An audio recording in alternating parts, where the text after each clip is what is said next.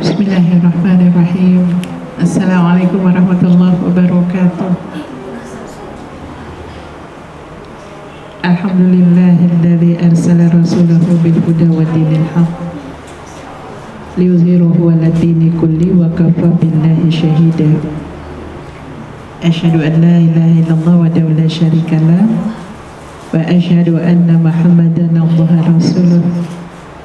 Allahumma salli wa sallim ala nabiyina wa ala alihi wa sahbihi ajma'in, amma ba'd.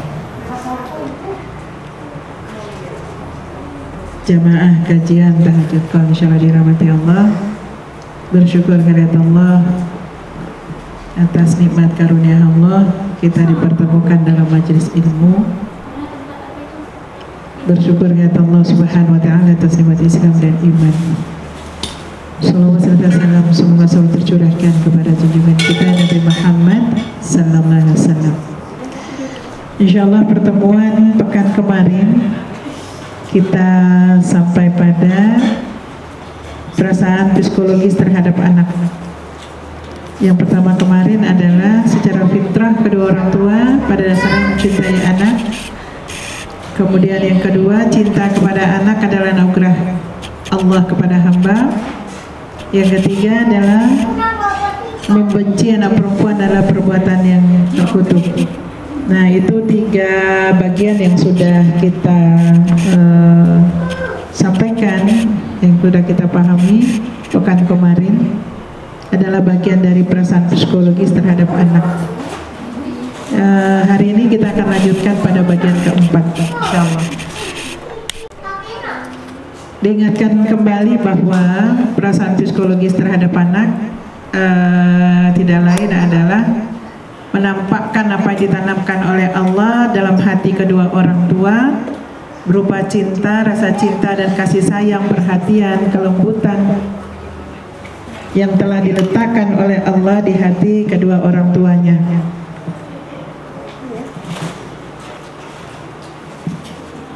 Sehingga anak secara lahir maupun batin mendapatkan hasil daripada penampakan atau wujud daripada apa yang telah ditanamkan, yang diberikan oleh Allah kepada kedua orang tua berupa rasa cinta dan kasih sayang, sehingga terpenuhilah secara lahir maupun batin apa yang dibutuhkan oleh anak. Baik ketika anak itu masih berada dalam kandungan, ketika dilahirkan, kemudian dibesarkan sampai dia menjadi dewasa, terpenuhi kebutuhannya lahir maupun batinnya. Nah, yang keempat yang merupakan perasaan psikologis kedua orang tua terhadap anak adalah keutamaan orang yang tabah menghadapi kematian anak. Bab ini menjadi sangat penting karena ketika orang tua dititipkan rezeki oleh Allah berupa anak, maka ada kalanya Allah menguji orang tua tersebut melalui diambilnya apa yang telah dititipkan oleh Allah kepada kedua orang tua tersebut.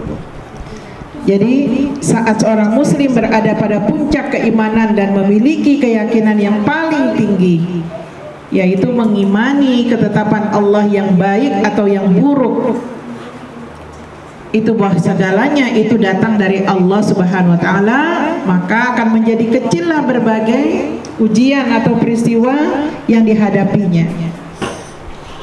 Artinya apa? Merupakan puncak keimanan orang tua, ya. Puncak keyakinan, kalau namanya puncak tentunya lebih tinggi. Ketika dia mengimani bahwa apapun yang ditakdirkan oleh Allah kepada kedua orang tua, baik ujian yang berupa kesenangan maupun kesedihan, kebahagiaan juga merupakan ujian, ketercukupan juga merupakan ujian, maupun rasa sedih, rasa duka yang diberikan oleh Allah itu, ketika dia mengimani dengan benar bahwa segala sesuatu itu datang dari Allah, maka Allah akan memberikan dia kemudahan, maka Allah akan melapangkan hatinya, mengikhlaskan, memberikan kesabaran ketika Allah mengujinya. Nah, ketika manusia atau kedua orang tua berserah diri terhadap ujian apapun yang diberikan oleh Allah kepada dirinya, ketika dia menerima, maka yang muncul adalah ketenangan. Ya, hatinya menjadi tenang, raganya akan menjadi ringan, kesabaran akan musibah, akan ujian Allah dia terima dengan ikhlas, dia terima dengan redha-Nya. Nah, berpijak daripada rasa keimanan orang tua inilah Nabi Sallallahu Alaihi Wasallam mengabarkan bahwa barang siapa saja yang kehilangan anaknya atau meninggal, kemudian ia bersabar dan beristirja, itu adalah mengucapkan inna lillahi wa inna ilaihi raji'un, maka Allah akan membangunkan sebuah rumah baginya di jannah, dan rumah itu diberi nama Baitul Hamdi. Baitul Hamdi itu adalah istana kesyukuran. Diriwayatkan oleh Imam At-Tirmizi dan Ibnu Hibban dari hadis Abu Musa Asy'ari bahwa Rasulullah SAW bersabda, apabila ada anak dari seorang hamba telah meninggal dunia, maka Allah berkata kepada malaikatnya, kalian telah mencabut nyawa anak hambaku. Para malaikat menjawab, ya Allah. Kemudian Allah bertanya, kalian cabut buah hatinya? Para malaikat menjawab, ya Allah. Kemudian Allah bertanya, apa yang dilakukan hambaku? Ia memujimu ya Allah dan beristirja. Maka Allah berfirman, bangunkan sebuah rumah di jannah untuk hambaku dan beri dia nama Baitul Hamdi. Oleh karena itu, kesabaran orang tua ketika diuji oleh Allah, diambilnya buah hatinya oleh Allah menuju hadirat Allah, maka dia akan memetik hasilnya, ya. Jadi buah yang bisa dipetik itu adalah jalan yang mengarahkan dia menuju surganya Allah.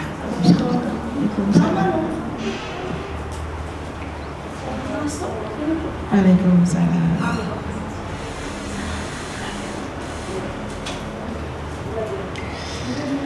Afwan, kita sudah memulai.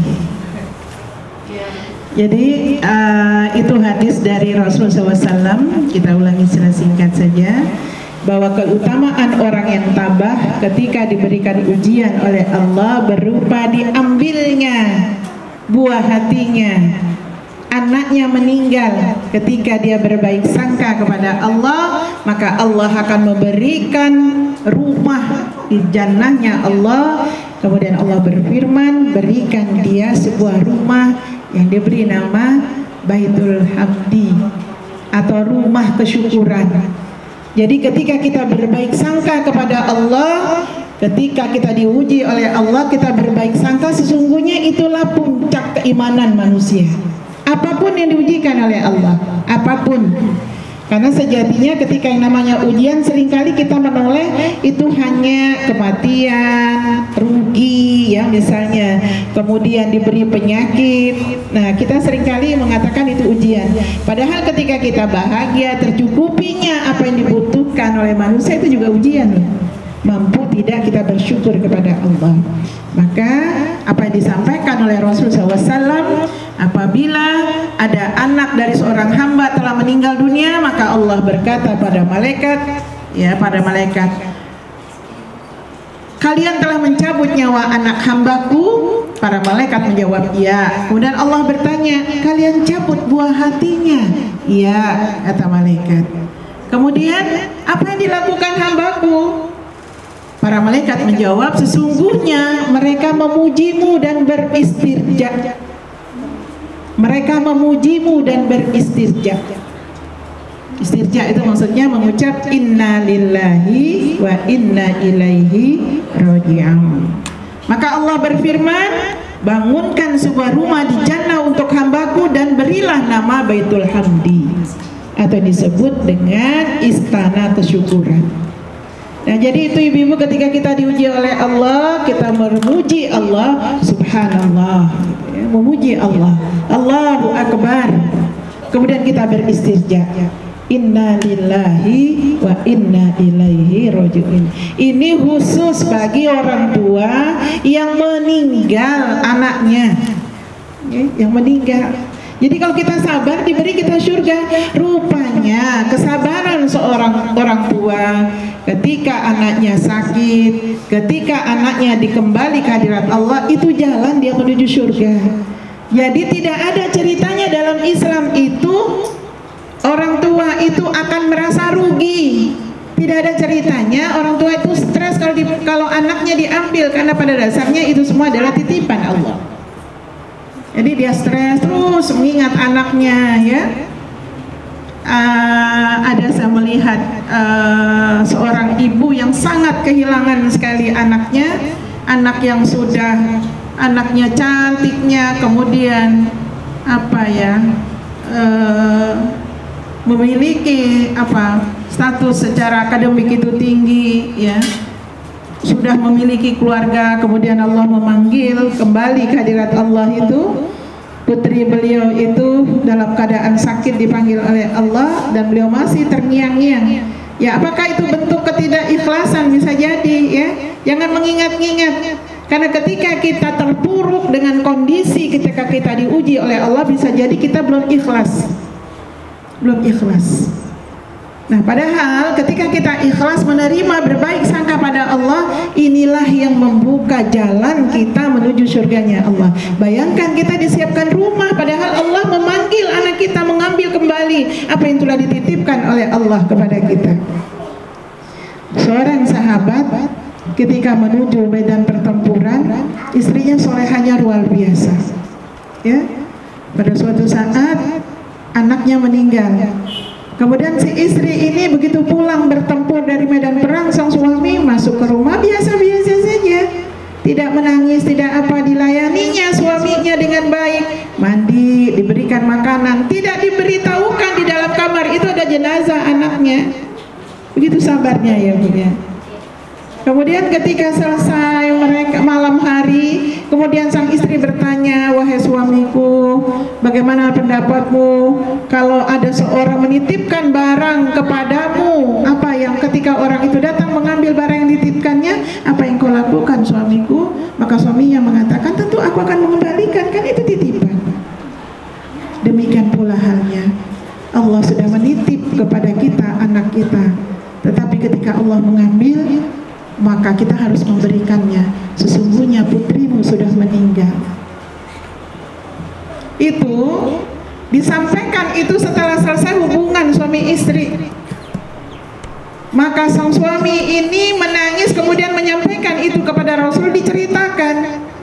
Dan kata Rasulullah, sesungguhnya akan lahir dari rahim istrimu adalah wali-wali Allah, orang-orang yang akan berjuang di dalam menegakkan agama Allah. Coba.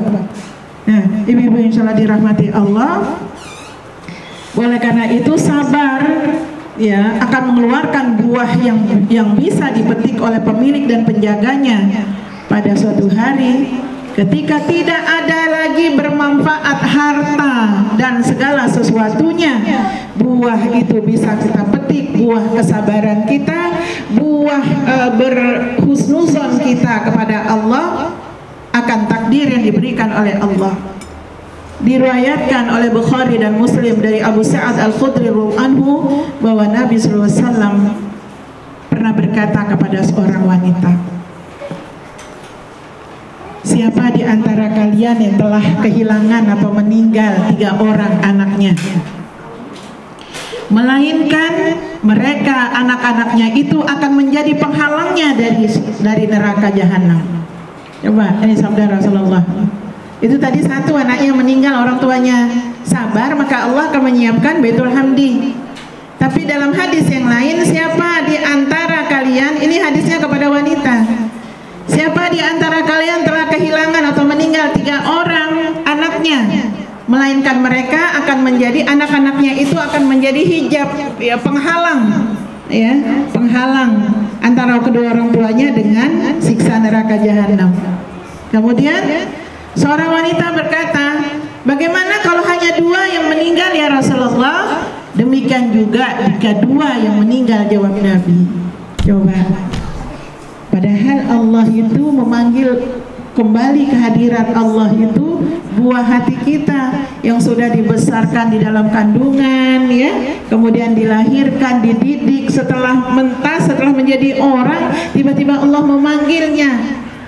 Suatu kondisi psikologis yang sangat luar biasa yang akan dirasakan bukan saja oleh kedua orang tua, gurunya, masyarakatnya, tetangganya akan kehilangan, tetapi Allah menggantinya dengan apa? Surga. Tetapi Allah menggantinya dengan apa? Tabir bagi kedua orang tuanya dari siksaan api neraka. Diriwayatkan oleh Imam Ahmad dari Ibnu Hibban, Jabir radhiyallahu anhu berkata, saya mendengar Rasulullah SAW bersabda, man mata lahu salasatu minal walid, barang siapa yang memiliki tiga anak yang telah meninggal dunia kemudian ia bersabar karenanya, maka ia masuk jannahnya Allah. Kami bertanya, jika hanya dua? Nabi menjawab, begitu juga jika hanya dua. Jamaah rahimahumullah, buah kesabaran adalah yang diujikan oleh Allah kepada kedua orang tua adalah ketika ia meninggal anaknya waktu kecil, akan memberikan syafaat bagi kedua orang tuanya di yaumul akhir nanti. Jadi anak-anak yang belum balik, yang masih kecil, ketika meninggal itu akan memberikan syafaat kepada kedua orang tuanya. Hadisnya dari At-Tabari atau Berani meriwayatkan dari sanad yang jayid dari Hibban, dari Habibah, bahwa ia ketika berada di dekat Aisyah, lalu Nabi SAW menghampiri beliau dan bersabda, sabda Rasulullah, tidaklah dua orang muslim, dua orang tua yang memiliki tiga anak lalu meninggal dunia sebelum sampai umur baligh, kecuali mereka anak-anak itu akan didatangkan pada hari kiamat nanti, sehingga tatkala mereka sudah berada di depan pintu jannah, dikatakan kepada mereka, masuklah kalian ke dalam jannah. Mereka menjawab, kami tidak akan masuk kecuali bersama orang tua kami. Maka dikatakan, masuklah kalian bersama kedua orang tua kalian. Jadi anak-anak yang meninggal, sekalipun dia berada meninggalnya di dalam perut, tapi sudah ditiupkan ruh, ya, ditiupkan ruh oleh kedua orang tua, oleh Allah. Dia meninggal dalam perut ibunya, usianya 5 bulan dan seterusnya, anak-anak masih kecil yang belum balik, maka dialah yang akan menjemput kedua orang tuanya di pintu surga. Jadi Islam itu indah, mengajarkan keindahan penuh dengan kasih sayang, dan balasannya adalah kasih sayang Allah yang sangat luar biasa. Bayangkan di hadis pertama tadi, meninggal dapat istana di surga. Meninggal dia yang menjadikan kita terbentengi dari siksa neraka. Meninggal waktu kecil dia yang menjemput kedua orang tuanya di pintu surga. Jadi bagaimana mungkin ada orang tua yang ya kondisi psikologisnya terganggu, ya, kalau orang tuanya, kalau anaknya dipanggil oleh Allah. Nah, apa yang sampaikan tadi, bagaimana ketika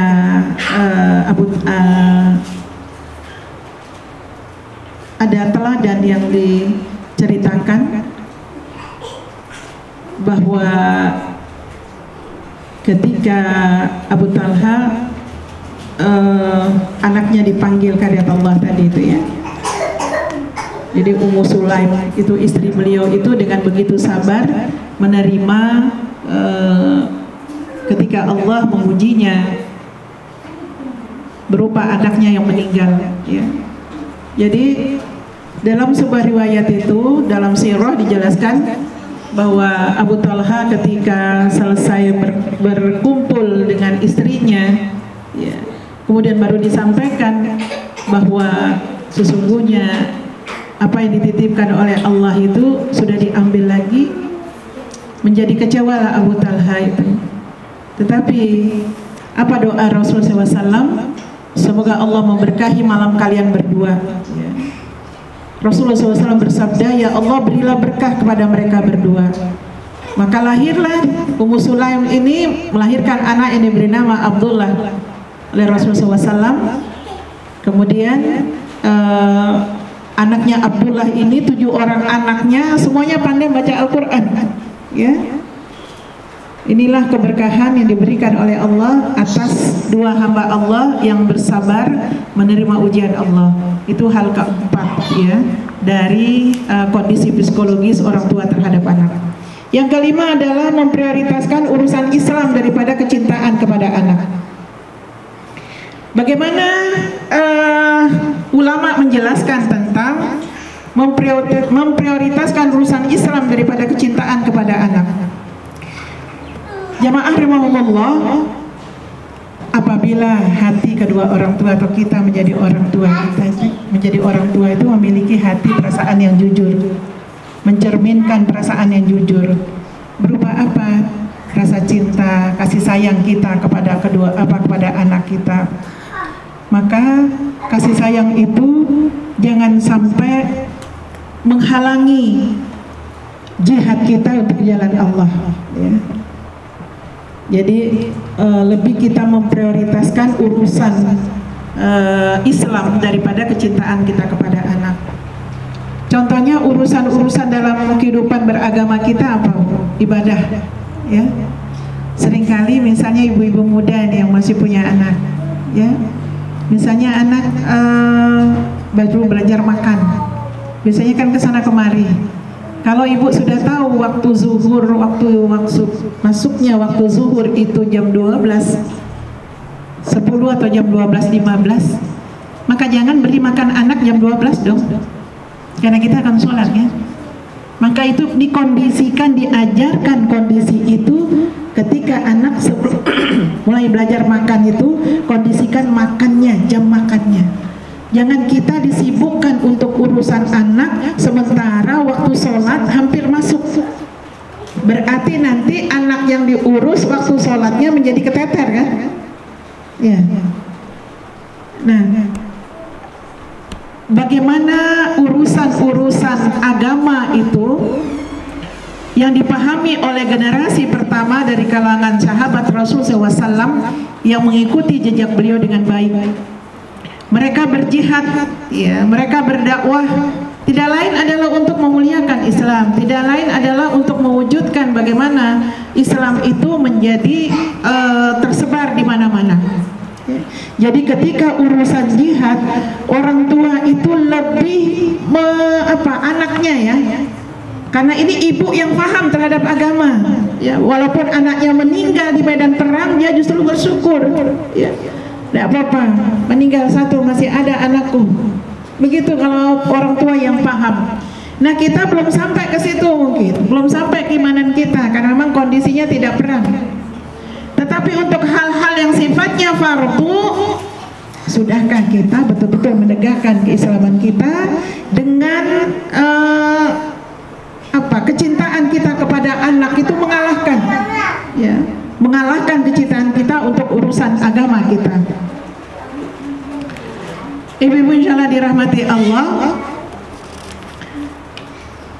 Allah Subhanahu wa taala berfirman di dalam At-Taubah ayat 24, yang artinya, katakanlah jika bapak-bapak, anak-anak, saudara-saudara, istri-istri, kaum keluargamu, harta kekayaan yang kamu usahakan, perniagaan yang kamu khawatirkan kerugiannya, dan tempat tinggal yang kamu sukai adalah lebih kamu cintai dari Allah dan Rasulnya dan dari berjihad di jalannya, maka tunggulah sampai Allah mendatangkan keputusannya dan Allah tidak memberi petunjuk kepada orang-orang yang fasik. Artinya orang-orang ini lebih mendahulukan urusan dunianya. Nanti kalau urusan bersedekah untuk pondok itu nanti, ya, beli mobil dulu, beli ini dulu. Nanti kalau urusan, mohon maaf, kalau untuk urusan pendidikan anak tabungannya banyak sekali. Ketika datang orang masjid tutup pintu, ya, tutup pintu. Padahal tabungannya banyak, tapi alasannya untuk anak. Padahal ketika dia bersedekah, ya, maka Allah yang akan melipat gandakan, ya, nilai uang itu akan dilipat gandakan oleh Allah. Bahkan keberkahannya akan ditambahkan oleh Allah, dilipat gandakan oleh Allah.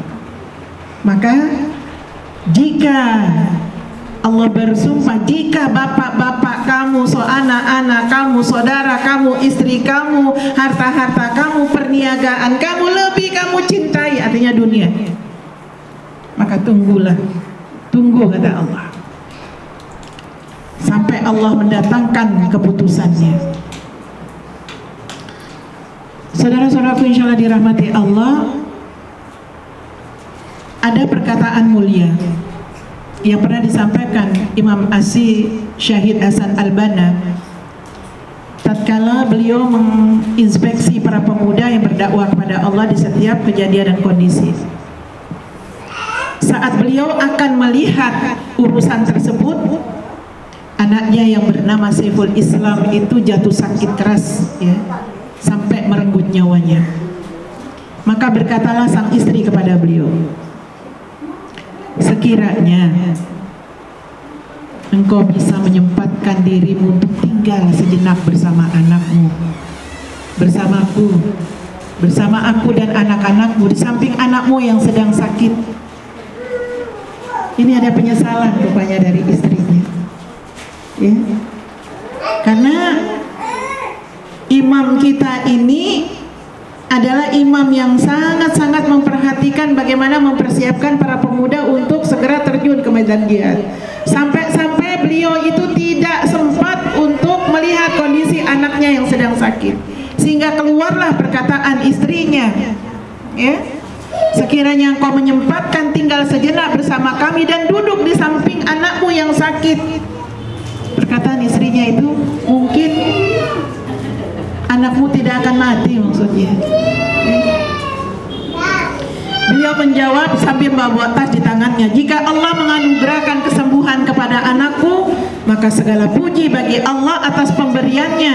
Tapi dia ditakdirkan untuk mati, maka kakeknya lebih mengetahui jalan ke kubur. Itu jawabnya sang suaminya. Ini takdir Allah, ya. Kalau menakdirkan anak itu sembuh, sembuh. Kalau Allah menakdirkan anak itu meninggal, ya meninggal. Dan kakeknya lebih tahu jalan ke kubur, artinya masih ada orang lain yang akan mengurus jenazahnya, tidak harus ayahnya. Ini begitu besarnya rasa tanggung jawab imam kita ini kepada perjuangan jihad di jalan Allah. Nah, ini adalah bagaimana kalimat-kalimat mulia bagi orang tua yang beriman, harusnya lebih mengedepankan kecintaannya terhadap Islam, bagaimana jihad, bagaimana dakwah di jalan Allah. Tetapi apapun itu, tentunya kita yang lebih tahu kondisi kita. Kalimat yang disampaikan oleh imam yang mulia ini bukan berarti kita perempuan, ya, kan punya lahan jihad kita, ya, boleh kita berjihad. Ini jihad dibawa anak-anak ke majelis ilmu, ya. Pasti di rumahnya sudah beres, makanan untuk suami sudah beres, ya, rumah sudah bersih, ditinggal anaknya dibawa ke majelis ilmu. Ini sangat luar biasa. Inilah jihad ibu-ibu, ya. Inilah jihad pada para wanita. Diriwayatkan oleh Bukhari dari hadis sahabat Anas bin Malik bahwa Rasulullah SAW berkata, salasun man kana fihi wajada halawatan iman. 3 hal kata Rasul, ada 3 hal yang manakala seorang berada di salah satu darinya, maka ia akan mendapatkan manisnya iman, halawatul iman. Apa itu? Yang pertama, hendaknya Allah dan Rasulnya lebih ia cintai daripada yang lainnya, Allah dan Rasulnya. Tidaklah mencintai seorang kecuali cintanya karena Allah. Tidaklah yang membenci jika dikembalikan kepadanya kekafiran, sebagaimana ia takut dilemparkan ke dalam neraka jahanam. Maksudnya apa, ibu-ibu insya Allah dirahmati Allah? Ada 3 hal. Kalau ada rasa ini dalam diri kita, maka sesungguhnya kita sudah menikmati halawatul iman, manisnya iman.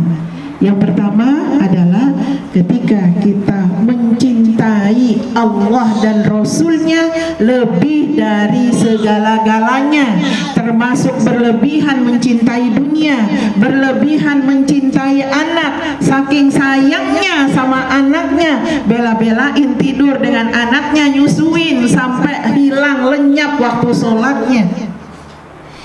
Tapi ingat, Ketika ada pada salah satu diri kita, kita lebih mencintai Allah dan Rasulnya, maka kita sudah menikmati manisnya iman kita itu. Yang kedua, tiadalah mencintai seorang kecuali rasa cinta itu karena Allah. Mencintai suami karena Allah, mencintai saudara karena Allah. Kalau mencintai karena Allah, maka membenci pun karena Allah. Mana buktinya kita mencintai karena Allah? Kalau segala sesuatunya itu ada kesalahan, maka wujud kita mengingatkan suami itu karena cinta kita kepada Allah, bukan karena nafsu kita, bukan karena emosi kita.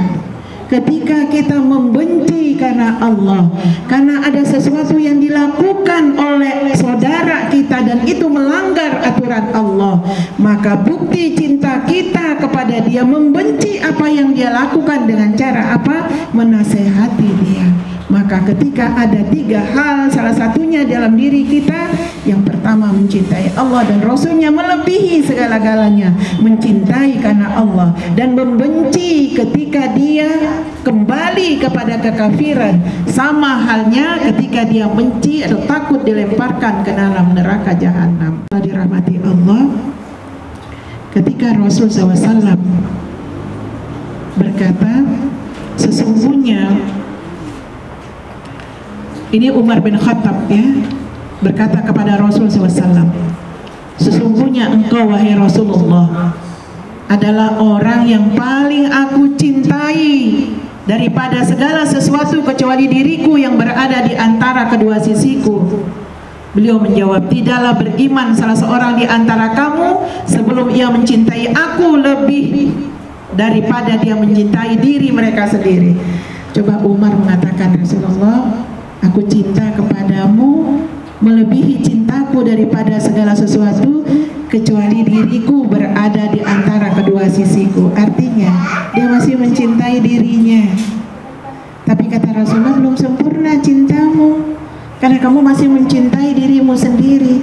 Cinta kita kepada Rasulullah itu melebihi segala-galanya, sampai cinta kita kepada diri kita sendiri itu kalah lebih kita mencintai Rasulullah SAW. Kemudian ketika disampaikan, tidaklah beriman salah seorang di antara kamu sebelum ia mencintai aku lebih daripada dia mencintai diri mereka sendiri. Umar berkata, demi zat yang telah menurunkan Alkitab kepadamu, sungguh engkau lebih aku cintai daripada diriku yang berada di antara kedua sisiku. Nabi menjawab, sekarang wahai Umar, maksudnya adalah sekarang telah sempurnalah imanmu. Coba kita bagaimana mencintai Rasulullah? Apakah kita sudah benar-benar mencintai Rasulullah? Bagaimana Rasulullah di dalam rumah tangganya? Bagaimana sabarnya?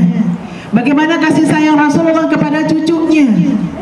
Sehingga beliau itu lebih banyak dan sering kali mencium cucu beliau itu Hasan dan Husain.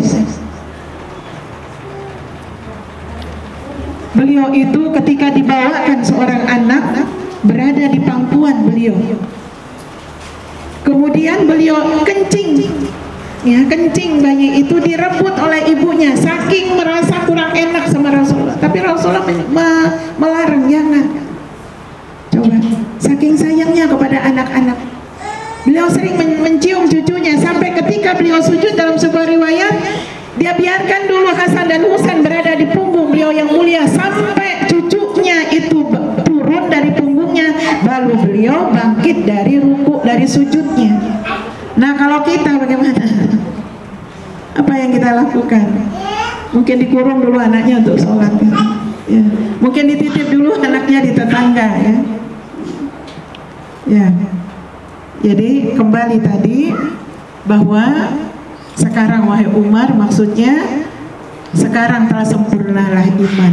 Jadi belum sempurna iman kita kecuali dalam kehidupan kita mengimplementasikan, mengamalkan apa yang dicontohkan oleh Rasulullah SAW. Bahkan sebuah riwayat, tidak akan mengasihi yang di langit kalau kita tidak mengasihi orang yang ada di bumi.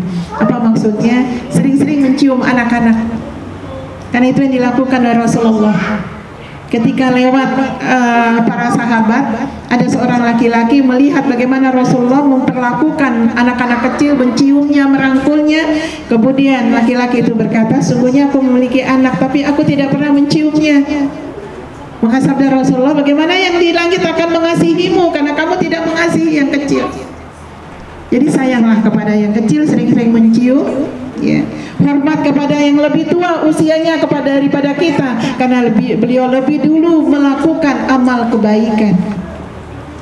Sayang kepada yang di bawah, saling menghargai kepada yang sepantaran. Itu yang diajarkan oleh Rasulullah. Nah, jamaah rahimahumullah, disebutkan dalam sahih bahwa Rasulullah SAW bersabda, la yu'minu ahadukum hatta yakuna hawahu taba'an lima ji'tu bihi. Tidaklah beriman salah seorang di antara kalian sehingga dia menjadikan hawa nafsunya mengikuti apa yang didatangkan kepadaku, maksudnya wahyu. Tidak dianggap kita beriman oleh Allah sehingga kita nafsu itu tidak ada untuk dunia. Jangan terlalu bernafsu kepada dunia karena kita akan meninggalkan dunia. Sehingga yang muncul adalah betul-betul keimanan kita hanya kepada Allah. Tidaklah beriman salah seorang di antara kalian sehingga aku menjadi yang paling ia cintai daripada hartanya, anaknya, dan manusia semuanya. Hadisnya Bukhari dan Muslim, hadisnya sahih. Tidak dianggap kita beriman oleh Rasulullah sebelum kita ini menjadikan yang paling kita cintai, yang kita cintai adalah harta kita itu berada di bawah levelnya. Karena sungguhnya cinta yang sejati, cinta yang tulus, cinta yang sejati itu hanyalah untuk Allah dan Rasulullah sallallahu alaihi wasallam. Tidaklah beriman salah seorang di antara kalian hingga aku menjadi yang paling ia cintai daripada hartanya, anaknya, dan manusia semuanya. Maka cintailah Rasulullah. Banyak-banyaklah kita bersalawat, ikutilah apa yang dicontohkan oleh Rasulullah sallallahu alaihi wasallam. Yang keenam adalah sanksi dan isolasi terhadap anak dan manfaatnya terhadap pendidikan. Ibu-ibu yang dirahmati Allah, ketika anak itu masih kecil, ia hidup dalam buayan kedua orang tuanya, dan kita sudah pahami itu. Selama ia berada dalam usia pembelajaran, dalam usia masih membutuhkan pendidikan, hendaklah orang tua mendidiknya dengan tidak meninggalkan sarana untuk mengadakan perbaikan dalam hal apa, metode, strategi dalam mendidik anak-anaknya. Ada cara Islam, jadi Islam itu memiliki cara yang khusus. Kalau anak itu salah, kalau anak itu keliru, kalau anak itu melanggar aturan yang telah diberikan oleh kedua orang tuanya, ya, harus ada cara sesuai dengan apa yang disampaikan oleh Rasulullah sallallahu alaihi wasallam. Apa yang harus dilakukan? Kita tidak boleh lebih mengedepankan pola kekerasan. Apa pola kekerasan yang pertama yang keluar dari mulut ibu? Memarahi anak. Ini yang salah. Maka cara Islam yang pertama adalah menegur anak dengan penuh kelembutan, bukan dengan menahan emosi. Aduh, anak, bukan begitu. Itu marah, itu emosi namanya. Tapi ini seringkali gagal, terutama pada anak-anak muda. Satu, ketika ada persoalan dengan suami, ada rasa jelas dengan suami, ada rasa cemburu, ada rasa ketidak terpenuhinya secara finansial dalam rumah tangga. Ada persoalan-persoalan memicu, maka orang pertama yang akan menikmati emosi seorang ibu adalah anak.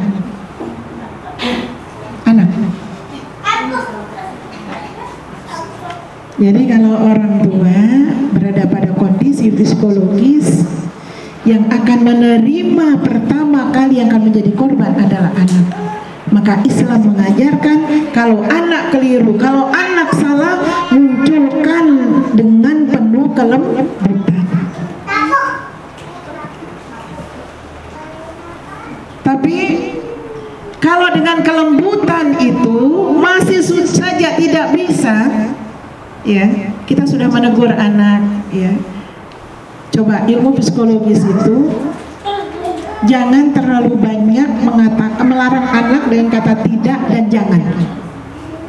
Jangan begini, jangan begitu, tidak boleh ini, tidak boleh itu. Maka di dalam memori anak akan penuh dengan larangan. Ya, begitu anak, jangan, saking sayangnya, jangan lebih baik digendong, jangan lebih baik di ini, jangan. Itu yang membuat anak ini lebih banyak presentasinya melanggar. Mengapa? Karena anak-anak itu kan sedang membutuhkan apa? Ingin mencoba, kan? Ingin mencoba.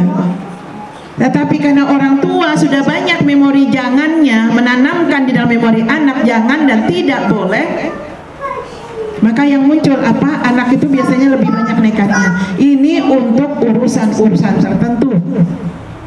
Apa misalnya dalam lingkungan belajar dia, dalam lingkungan bermain dia ingin apa ya, bereksperimen sebetulnya anak. Maka kembali lagi cara Islam adalah kalau dengan kelembutan dia tidak bisa disentuh, maka menggunakan kekerasan. Kekerasan itu seperti apa? Bukan dengan mencaci maki, bukan. Keras dalam hal anak sudah kebangetan, tidak bisa ini. Tapi kalau perbuatan ini tidak boleh dipukul, tidak boleh disentuh. Sampai usia 7 tahun, jangan pernah menyentuh anak ini dengan pukulan. Nggak boleh. Bahkan anak dari usia 0 sampai dengan 10 tahun dia adalah raja. Terus diangkat, terus disentuh terus, diberikan pujian terus untuk anak. Nggak boleh disentuh dengan kekerasan, nggak boleh, tidak boleh. Kan itu akan merusak memori anak. Kita akan melihat hasilnya. Ya jangan salah, ketika kita berbicara satu kalimat anak itu sudah 10 kepada ibunya. Berani dia menantang mata ibunya, itu anak. Kenapa? Karena kita sudah mengenalkan kekerasan itu ketika dia berusia 6. Bahkan ketika menyusui pun. Ya, ini yang sedang menyusui. Kalau membuka pakaian dalam, mohon maaf, membuka jangan kasar. Berikan dia dengan kelembutan, buka. Kalaupun anak itu nangisnya luar biasa, sabar ya. Bismillahirrahmanirrahim. Ini ibu ketika memberikan ASI, ininya marah-marah, mengeluarkan ASInya marah-marah, kemudian ibu miring, kemudian memegang HP. Nah, lengkap sudah penderitaan anak. Padahal ketika proses dia memberikan ASI, Masya Allah, dia tengah menyalurkan rezeki Allah. Yang ada justru kelembutan, meninabobokan anak itu, memberikan pengajaran kepada anak. Masya Allah, Alhamdulillah, sudah kenyang ya sayangnya. Itu rezeki Allah, syukur Alhamdulillah. Mudah-mudahan kamu besok menjadi ahli Quran ya Allah. Ya Allah, jadikan dia menjadi anak yang tawadhu. Itu dielus-elus, bukan ngomel. Ini nakal. Gitu. Bukan itu. Ya.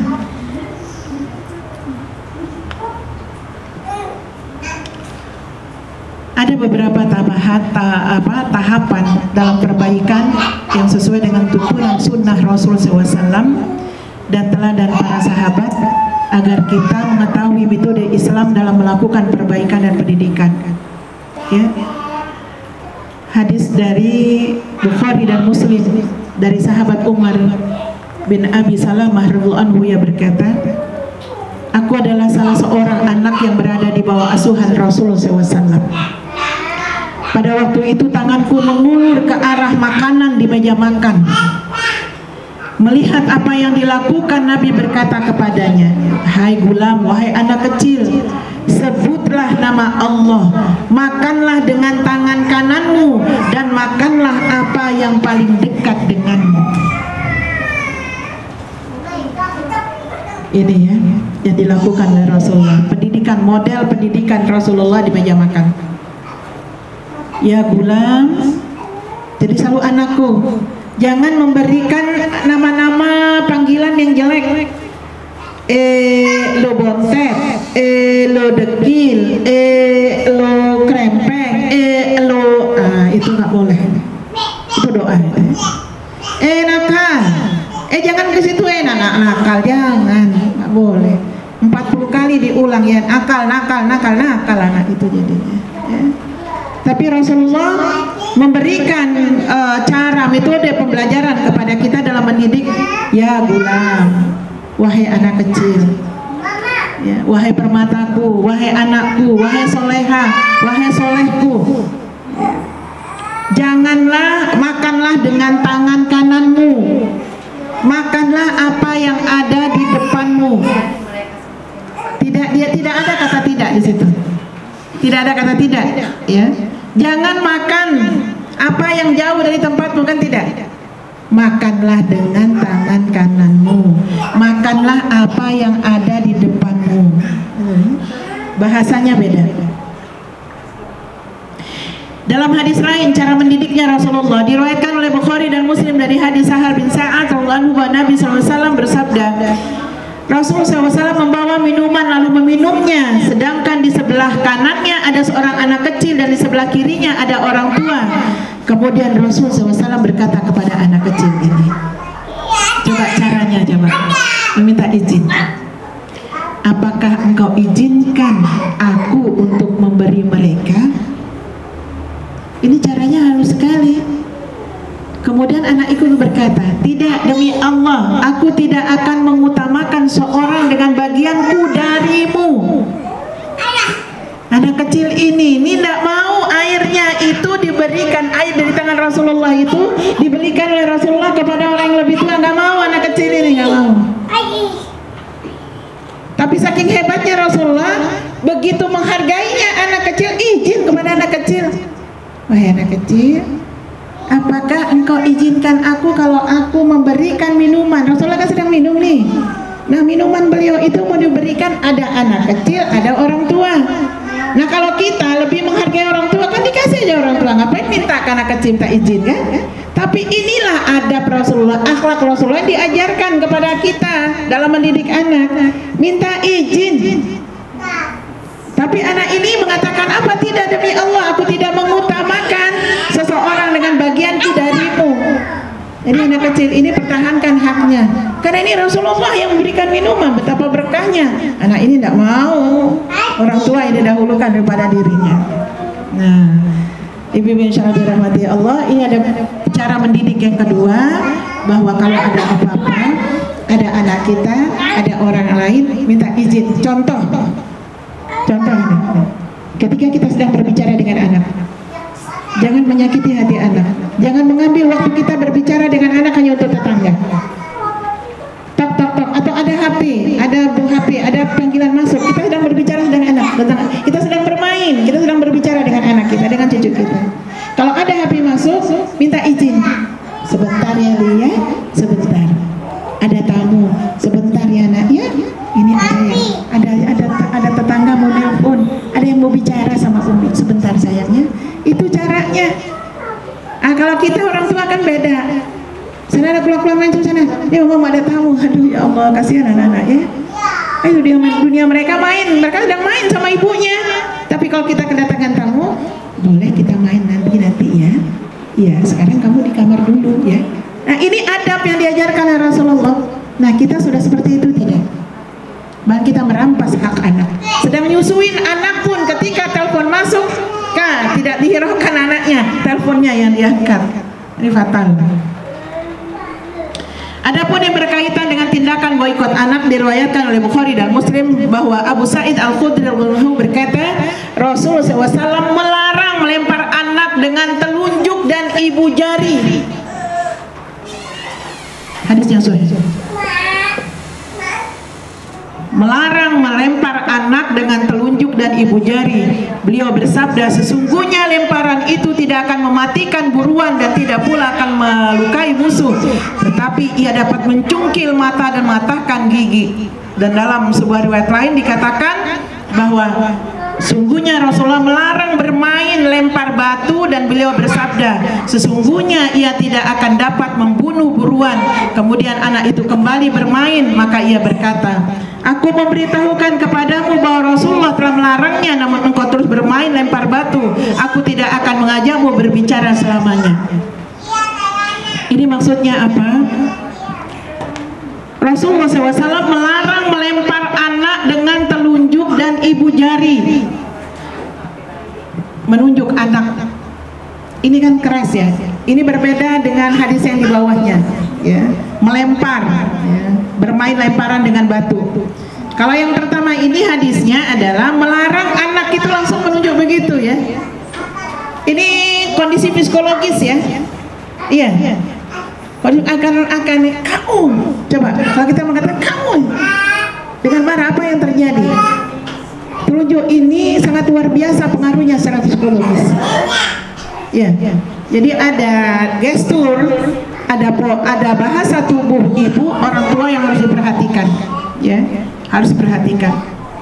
Adapun masalah memukul anak, diriwayatkan oleh Abu Daud dan Al-Hakim dari hadis Ammar bin Su'ad dari bapaknya, dari kakeknya, bahwa Rasul SAW bersabda, perintahkan anak-anakmu melaksanakan sholat apabila mereka telah berusia 7 tahun, dan apabila mereka telah berusia 10 tahun maka pukullah mereka jika tidak mau melaksanakan sholat, dan pisahkanlah tempat tidurnya. Ini adab berikutnya. Maksudnya apa? Ibu-ibu, kita punya waktu 3 tahun sebelum memukul anak. Artinya bukan hanya dalam sholat saja, tetapi dalam hal lain. Beri anak ini uzur. Jangan langsung menghukumi dia, jangan langsung menjustis anak-anak. Beri uzur. Oh, terlambat pulang, mungkin dia main bola dulu. Oh, dia terlambat pulang, basah bajunya. Oh, mungkin tadi ada temannya yang ngusilin. Jangan langsung menjustis, kamu nakal, kenapa kamu pulang begini, baju kamu kotor, kamu tidak tahu sabun mahal, mama ini cucinya begini-begini. Itu yang ada dalam masyarakat. Tapi kata Rasulullah, perintahkan anak-anakmu melaksanakan sholat di usia 7 tahun. Ajari sholat dia, perintahkan sholat, ayo sholat, beri contoh, ayo sholat, ayo sholat, ayo sholat. 3 tahun, begitu 10 tahun, tahun ke-10 ya, 3 tahun berikutnya baru memukul, tapi memukulnya di tempat yang tidak membahayakan dan bukan bermaksud menyakiti anak ya. Itu tahapan-tahapan dalam mendidik anak dikala anak itu masih usia anak, masih dalam usia kanak-kanak dan pubertas. Apabila sudah masuk usia remaja dan menuju dewasa, maka cara perbaikan dan pendidikannya akan berbeda.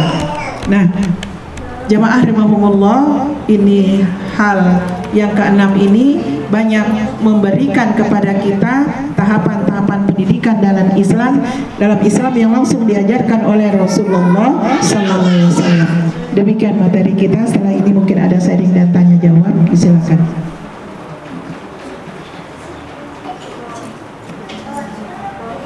Yang mau bertanya silakan.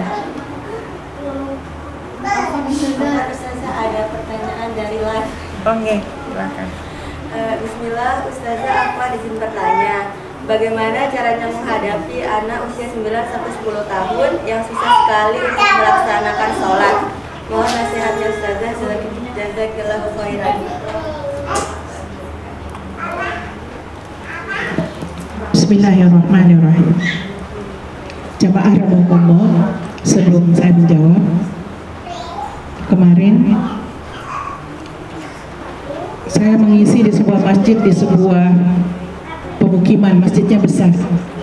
Ada seorang ibu yang menangis. Ibu ini menangis karena anak bungsunya yang sudah remaja sangat sulit untuk dibangunkan untuk sholat. Demikian pula sholat-sholat yang lain sangat sulit. Jadi ibu ini menangis. Jadi sebelum tiang naik ke kursi untuk menyampaikan kajian, beliau itu curhat, Ustazah, yang membuat saya sedih adalah setiap hari ketika saya sulit sekali menyuruh anak saya untuk sholat, padahal anaknya sudah remaja, SMP atau SMA. Nah, bagaimana ketika anak itu usia 9-10 tahun, berarti sekitar kelas 3, kelas 4. Apa yang harus dilakukan? Tidak kita melihat, kalau melihat kesalahan mungkin tidak dididik untuk sholat, mungkin sudah diingatkan tetapi tidak di istiqomah dengan pendidikan, dengan mengingatkan sholat, karena kita punya waktu 3 tahun. 3 tahun kan waktunya, 7, 8, 9, 10. 10-nya harus dipukul. Tapi ketika usia 9 dan 10 tahun itu masih saja belum, kan kita masih punya waktu Kalau masih 9 masih punya satu tahun lagi. Tetapi ini sudah mengarah kepada dia tidak bisa diubah, mungkin itu maksudnya. Jadi dia kesulitan, ibu ini kesulitan dalam mendidik anak untuk sholat. Maka apa yang harus dilakukan? Pertama adalah yang harus dilakukan oleh orang tua adalah menyadari kekeliruannya. Apa kesalahan yang sudah dilakukan oleh orang tua sehingga anak begitu sulit? Mengapa harus introspeksi diri, harus mengevaluasi diri? Mengapa? Bukankah anak itu kertas? Bukankah anak itu kertas putih bagi kedua orang tuanya? Orang tuanya adalah yang akan menulis anak itu mau seperti apa. Kertas itu mau seperti apa menulisnya. Mau diisi apa terserah orang tuanya. Jadi ketika orang tua diuji oleh Allah terhadap amanah sholat, maka yang harus dilakukan adalah introspeksi diri. Apa yang kesalahan yang sudah dilakukan? Mengapa? Agar orang tua tidak murni menjustis, menghukumi anak salah. Karena itu anak itu adalah didikan kita, hasil didikan kita, hasil pendidikan kita. Apalagi ini usianya sampai 9 sampai 10 tahun. Maka presentasi yang terbesar adalah terjadi pada diri ibu. Jadi pertama, evaluasi diri. Apa yang sudah dilakukan oleh ibu atau kedua orang tuanya di dalam pendidikan masalah sholat ini. Kemudian yang kedua adalah memperhatikan lingkungan anak. Ya, memperhatikan lingkungan anak karena ini berhubungan dengan waktu. Apa maksudnya? Anak kalau banyak bermain di luar, ketika masuk waktunya sholat, ya, kalau sudah terbiasa dengan lingkungan yang main, kan teman-temannya tidak ada yang mengingatkan, maka dia akan terlena dengan lingkungannya. Sekalipun dipanggil gak akan bergeming. Sama ketika anak itu terbiasa dengan HP, nggak usah keluar anak itu, di dalam kamar anak itu diam 24 jam. Sulit disuruh sholat. Ya, maka apa yang dilakukan? Pisahkan dia dengan lingkungan yang membuat anak ini tidak taat pada diri kita tentang sholat. Karena ini tidak main-main masalah sholat. Sekalipun dia berusia 9 sampai 10 atau 10 tahun, kelas 3 atau kelas 4, kalau dia dengan lingkungan HP-nya, dengan lingkungan bermainnya tidak dipisahkan, maka sulit. Kalau sulit dipisahkan dengan lingkungan, paling tidak orang tua mengarahkan. Maka orang tua yang cerdas akan memberikan waktu. Anak SD itu belum boleh dikasih HP. Saya punya siswa kelas 3 SMP nggak punya HP. Makanya ketika ada pembelajaran daring, ada tugas, langsung ke HP ibunya. Anaknya perempuan. Ketika kemarin saya tanya, kamu kenapa? Di grup kok yang muncul ibu kamu? Kan malu. Iya ibu, soalnya saya belum boleh pegang HP. Kelas 3 SMP belum boleh pegang HP. Coba, hebat sekali ibu ini. Walaupun ada yang tersendat di situ, kan? Tersendat artinya ketika proses pembelajaran, ya ketika masa pandemi kemarin, anak itu ya otomatis ibunya selalu standby di situ. Jadi ketika pembelajaran ibunya ikut nongkrong di situ. Ya Allah, saking sayangnya kepada anak. Maka hal yang kedua, arahkan anak itu untuk menghindari lingkungan yang kurang bagus. Kalau lingkungannya itu adalah HP, maka HP-nya harus diatur waktunya. Anak yang usia kelas 3 SMP, SD itu kalau belum menggunakan media dalam belajar, media HP maksudnya, maka diberikan waktu. Kamu boleh pegang HP hari Sabtu dan Ahad. Itu diberi waktu seperti itu. Memang agak sulit, tapi ini perlu diterapi pada anak agar dia fokus pada ibadahnya. Ya, mengarahkan anak kepada yang ketiga, selalu memberikan contoh. Kalau mengajarkan, kita menginginkan anak sholat, tapi kita masih begitu azan kita masih san dengan HP kita, ya bagaimana bisa? Ya. Sholat, tapi ibu masih pakai HP, masih depan HP. Ayo sholat, masih di depan televisi. Ayo sholat, sedang berkendara. Kalau waktu sholat berhenti dong, mau sholat pinggir jalan berhenti dong. Itu cara kita mendidik. Jadi ketika healing, ketika healing, salah ya. Ketika jalan-jalan, ini saya ngutip teman-teman kemarin hari Sabtu. Pada healing. Bergiling-giling. Apa digiling-giling ya? Ya itu ketika kita berwisata pun, kita pergi santai pun, anak bisa diajarkan loh, ya. Anak itu kita ajar untuk tepat waktu. Jadi ketika waktu masuk sholat, masuk waktu sholat, ayo kita berhenti. Jadi anak-anak ketika kita pergi ke Lombok Timur, dia sudah tahu masjid mana yang bagus.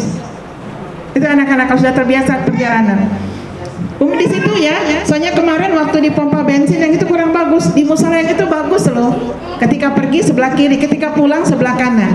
Ada keluarga yang kalau dari Lombok, dari airport itu mereka mampir di villa siapa? Di kiri jalan di airport itu, kalau pulang ke sini, Olivia, itu senang anak-anak, malah tanda, mama kalau kita ke Lombok Timur lagi lewat bandara, ibunya bilang, yuk mbak, kok misalnya lewat Lombok Tengah, kita mampir di musola itu yuk. Coba tuh, itu anak yang sudah diajarkan di mana tempat sholat. Jadi kalau kita ingin anak itu patuh tentang sholat, ayo berikan contoh, ingatkan anak kapanpun dan dimanapun, ketika sedang di atas pesawat, masuk waktunya sholat, ayo nak sholat. Makanya ajar anak itu bagaimana sholat di pesawat, bagaimana sholat di kapal, bagaimana sholat di kendaraan, bagaimana tayamum, diajarkan. Ya, jadi pembelajaran tentang sholat itu setiap saat, setiap waktu bisa diajarkan. Itu hal ketiga. Ya. Kemudian yang keempat adalah banyak-banyak berdoa kepada dengan mencintai. Kalau mencintai sholat maka dia akan perhatikan dirinya. Dia pulang, begitu suara orang baca Al-Quran di masjid terdengar, dia akan pulang. Ma ganti baju, adik mandi dulu, keringetan, kan mau sholat, pakai baju yang bagus, yang harum ya. Aku mau ke masjid, masjid yang situ aja ya. Itu anak mencintai sholat. Kalau anak yang tidak mencintai sholat maka dipanggil, bang pulang, ya ntar masih juga masalah ngaji, kan belum azan, nggak cinta sholat. Yang kita ajarkan pada anak bagaimana mencintai sholat. Maka adakan di dalam rumah, di rumah itu piranti perkakas sholat. Mukena yang bagus, yang harum, ya. Jangan kucel, anak malas sholatnya, apalagi sudah panas-panas begitu ya. Di ruangannya ada pendinginnya, mungkin ada kipas angin, bersihkan tempat sholatnya, sejadahnya diberikan parfum. Senang anak sholat. Di temboknya gini cara wudhunya. Ada hal-hal yang membuat dia bergairah untuk sholat. Jadi bukan sekadar mengerjakan, dia cinta sholat.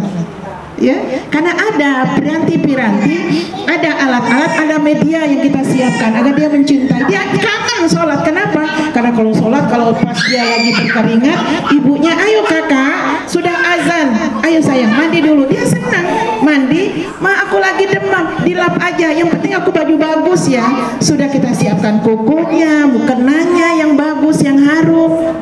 Kan anak senang. Ya, jadi jangan ibunya saja yang mukenanya mahal-mahal. Kita kan untuk anak, udah kamu yang biasa dibertais bisa. Ya jangan ya. Jadi ciptakan kondisi anak agar anak itu betul-betul bisa mencintai sholat. Itu hal yang bisa dilakukan. Kesimpulannya, yang pertama introspeksi diri, evaluasi apa yang sudah dilakukan orang tua. Kemudian yang kedua adalah lingkungan anak. Apakah lingkungan HP, lingkungan bermain, diarahkan lagi. Kemudian yang ketiga adalah menyiapkan alat-alat media yang bisa anak mencintai sholat ya, termasuk peraganya, alat-alat sholatnya ya. Kemudian mengajarkan anak untuk sholat, sholat waktu, tepat waktu. Yang terakhir adalah mendoakan anak ya, agar anak itu lebih mencintai sholat. Allahu a'lam bishawab. Demikian. Waalaikumsalam warahmatullahi wabarakatuh.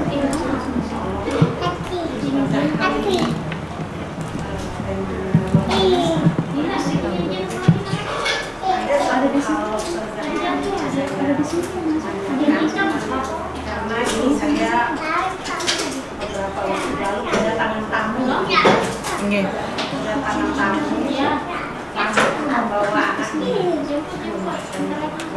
Dia suami istri datang bawa anaknya. Anaknya panas tinggi, badannya panas tinggi, menggigil, sakit. Saya mencoba menawarkan, memberikan obat, jangan, dia tolak. Kenapa? Saya bilang, nggak dibawa ke dokter, saya langsung seperti enggak, saya tidak kenal dengan dokter, saya tidak mau kenal dengan obat-obatan. Tapi saya kasihan sekali lihat anak ini panas, menggigil, sampai gemetar gitu. Terus boleh saya tahu apa alasannya? Ke dokter nggak mau, minum obat nggak mau. Ini cukup saya hanya bacakan dia Al-Fatihah saja. Nah, jadi saya sih berpikir juga ya masuk akal karena dengan doa tentunya itu. Tapi dalam kondisi seperti itu, Ustazah, saya nggak menyangka ya, apa berpikir gitu apakah ya, bukan saya tidak percaya dengan doa, ya, saya tidak percaya dengan Al-Fatihah dan sebagainya. Namun kondisi anak ini sudah sangat-sangat hilang. Saya pikir dulu zaman saya punya anak juga kalau sudah begitu pasti saya pikir demam tuh saya ke dokter anak. Ya. Nah, kira-kira menurut Ustazah hal seperti ini sampai saya bingung, saya latih ke suami saya, dia nggak mau obat ini, dia ada obat untuk anaknya nggak mau terima, dia cukup dengan dia biarkan dia tidak mau kenal dengan saya, tapi nanti Tapi sembuh. saya yang nggak atau mengobati, saya tawar kamu. Kira-kira menurut Ustazah seperti ini beneran itu maaf ya. Baik. Bismillahirrahmanirrahim. Al-Quran itu adalah asyifa. Itu punya itu disengat oleh kalajengking, disengat oleh kalajengking, bengkak. Kemudian tidak ada yang bisa menyembuhkan, sudah dikasih segala macam nggak sembuh-sembuh. Tetapi sahabat ini maju, kemudian diruqyah, dibacakan Al-Fatihah, sembuh. Setelah sembuh, kemudian ketua suku ini memberi kambing kepada para sahabat. Pulanglah para sahabat ini berlapor salah satunya itu kepada Rasulullah, ya Rasulullah, si fulan tadi menyembuhkan atas izin Allah, menyembuhkan kepala suku itu dengan hanya membaca Al-Fatihah. Kemudian jawab beliau, sesungguhnya Al-Quran itu adalah asyifa. Yang kedua, dari mana kamu tahu kalau Al-Fatihah itu penyembuh? Katanya, dari mana kamu tahu? Dari bagaimana apa kalau Al-Fatihah itu penyembuh? Karena memang itu yang diketahui oleh sahabat ini. Cuma Al-Fatihah yang diingat Al-Fatihah karena yakin. Ini masalah keyakinan. Jadi kembali tadi ke persoalan tetangga Umi tadi itu, ini bagaimana? Anak itu keyakinan. Keyakinan itu sulit untuk dirubah. Kalau orang sudah yakin, hakul yakin bahwa dengan Al-Fatihah itu akan menyembuhkan, maka dia tidak akan mempan dengan obat. Sama ketika seseorang itu hendak operasi, belum keluar suaminya, istrinya sudah di atas meja operasi. Kemudian dia mengatakan kepada suaminya, Abi, ini kan di tanah Arab, Abi, ada emas sedikit di dalam lemari, coba sedekahkan. Begitu dikatakan sedekahkan, keluarlah suaminya. Kata dokter, ayo kita ulang lagi. Kan ada tumor di kandungan istrinya. Begitu di USG hilang tumornya. Padahal baru ngomong, Abi, tolong sedekahkan. Seperti tadi, keyakinan. Kalau keyakinan kita kuat, Al-Fatihah ini akan menyembuhkan, sembuh. Hanya kita mungkin yang melihat dan jarang melakukan itu dan jarang menggunakan itu. Sekarang begini, saya pernah lakukan ini, tapi suami yang melakukan. Anak saya demam, sudah dikasih obat, masih kecil anak-anak. Kebetulan antara yang pertama dan yang kedua itu usia terpaut hanya satu tahun 3 bulan. Saking dekatnya, jadi kayak seperti anak kembar gitu. Sakit si kakak adiknya ikut sakit, sudah dikasih obat demam tengah malam enggak. Hanya saya bilang gini ke ayahnya, Pak, minta tolong anaknya didoain. Oh iya, jadi beliau tuh cuma ngasih air saja, kemudian air, saya kasih air 1 gelas, Pak tolong doain. Beliau hanya membacakan Al-Fatihah saja 7 kali, diminumkan, Masya Allah. Anak ini berlangsung keringat, subuh baru bisa, setelah subuh baru bisa kami tidur. Sembuh dengan obat, tidak bisa sekian jam kami menunggu, tidak turun-turun demamnya. Tapi karena suami saya yakin dengan Al-Fatihah dibacakan 7 kali, ditiupkan oleh ayahnya, diminumkan ke anak-anak ini dua-duanya, alhamdulillah baru bisa kami tidur setelah subuh. Sembuh anak ini, turun panasnya. Jadi kembali lagi, bagaimana Islam memandang ini? Keyakinan. Kalau kita yakin, insya Allah. Jadi kalau ada waktu-waktu tertentu kita sakit pusing ya, misalnya tengah jalan, jangan langsung cari minyak angin, memang betul.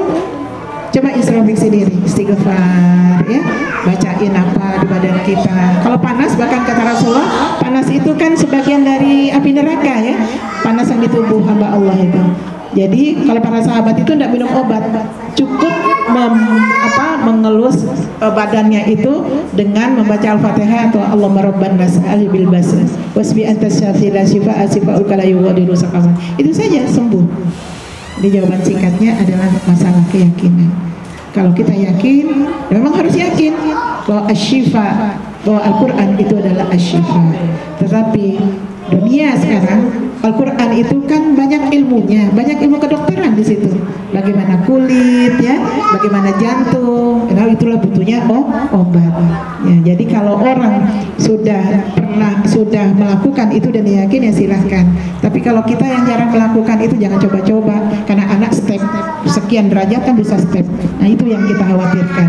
Karena akibat step itu kan banyak, ya, menjadi saraf dan sebagainya, anak menjadi cacat dan sebagainya karena sering step. Allah alam bismillah. Demikian jamaah rahimahumullah, materi kita tentang pendidikan anak, kondisi psikologis orang tua terhadap anak. Insyaallah bulan depan kita akan lanjutkan pada bab berikutnya tentang pendidikan anak. Semoga Allah menjadikan kita orang-orang tua yang diberikan kelembutan hati oleh Allah. Semoga Allah memampukan kita untuk mendidik anak-anak kita dengan penuh kelembutan, penuh cinta dan kasih sayang. Semoga Allah menjadikan kita orang tua yang lembut hatinya, sehingga mampu memberikan kasih sayang yang dibutuhkan oleh anak-anak cucu kita. Semoga Allah menjadikan kita orang-orang istiqomah dalam kebaikan. Amin ya rabbal alamin. Mari kita menutup majelis ini dengan kafaratul majelis. Subhanakallahumma wa bihamdika asyhadu an la ilaha illa anta astaghfiruka wa atubu ilaik. Nasrul minallah wa fathuh qarib wa basyiril mu'minin.